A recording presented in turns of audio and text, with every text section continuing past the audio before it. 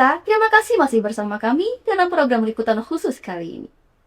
Polemik nasib guru honorer kembali mencuat di Kabupaten Lampung Barat. Kementerian Pendidikan Dasar dan Menengah telah menerbitkan Surat Edaran Nomor 7 Tahun 2026 sebagai upaya penataan sistem pendidikan nasional, khususnya terkait tenaga pendidik honorer. Namun di lapangan kebijakan tersebut justru memunculkan persoalan serius. Sebanyak 149 guru honorer di Lampung Barat hingga kini belum tercatat dalam sistem Dapodik Data Pokok Pendidikan. Polemik nasib guru honorer kembali mencuat di Kabupaten Lampung Barat. Kementerian Pendidikan Dasar dan Menengah telah menerbitkan Surat Edaran Nomor 7 Tahun 2026 sebagai upaya penataan sistem pendidikan nasional, khususnya terkait tenaga pendidik honorer. Namun, di lapangan kebijakan tersebut justru memunculkan persoalan serius. Sebanyak 149 guru honorer di Lampung Barat hingga kini belum tercatat dalam sistem Dapodik. Kebijakan ini nampak sebagai langkah penertiban yang wajar, namun kenyataan di lapangan jauh lebih kompleks. Banyak sekolah terutama yang berada di daerah terpencil selama ini sangat bergantung pada guru honorer untuk menutup kekurangan tenaga pengajar. Dengan adanya larangan pengangkatan honorer di luar Dapodik, sejumlah kekhawatiran pun bermunculan. Siapa yang akan mengajar jika formasi ASN belum terpenuhi? Apakah mekanisme birokrasi mampu mengejar kebutuhan nyata di lapangan? Tanpa solusi yang cepat dan tepat, kebijakan ini berpotensi menciptakan kekosongan tenaga pendidik yang merugikan siswa. Merespon persoalan ini, anggota Komisi 3 DPRD Lampung Barat Ahmad Ali Akbar menegaskan bahwa pihaknya tidak tinggal diam. Ia menyatakan Komisi 3 akan segera menggelar rapat bersama Dinas Pendidikan dan Kebudayaan Lampung Barat guna membahas nasib para guru honorer yang belum masuk Dapodik. Kalau SE terkait dengan Surat Edaran Nomor 7 Tahun 2026 Kementerian Pendidikan Dasar dan Menengah, tentu di Lampung Barat ini masih banyak ya tenaga honorer yang memang belum terdaftar di Dapodik.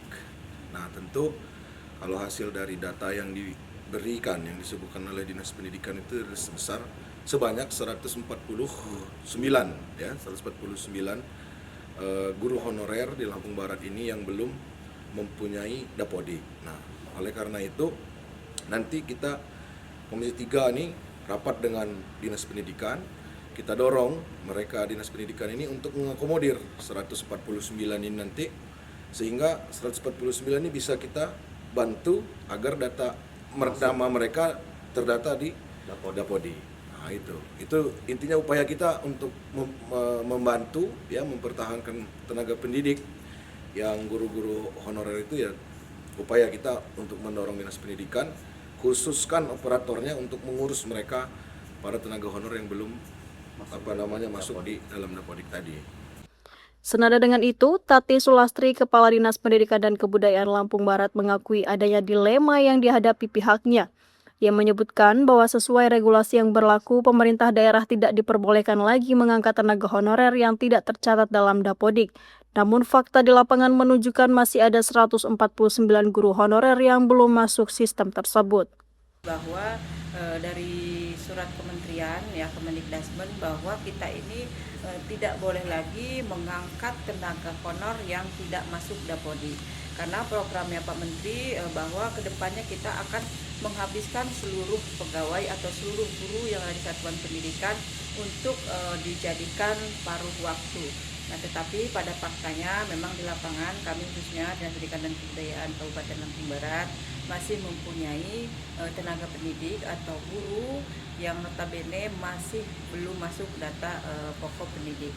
Nah, ini tentu akan menjadi PR kami ke depan, bagaimana supaya guru-guru tersebut bisa diakomodir atau mungkin kami bisa mengajukan permohonan kepada kementerian untuk mungkin diangkat menjadi tenaga paruh waktu.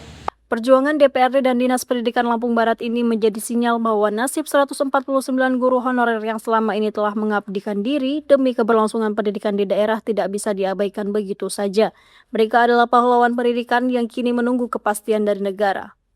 Dari Lampung Barat, Ananda Yosan melaporkan untuk Mitra Haluan Indonesia TV.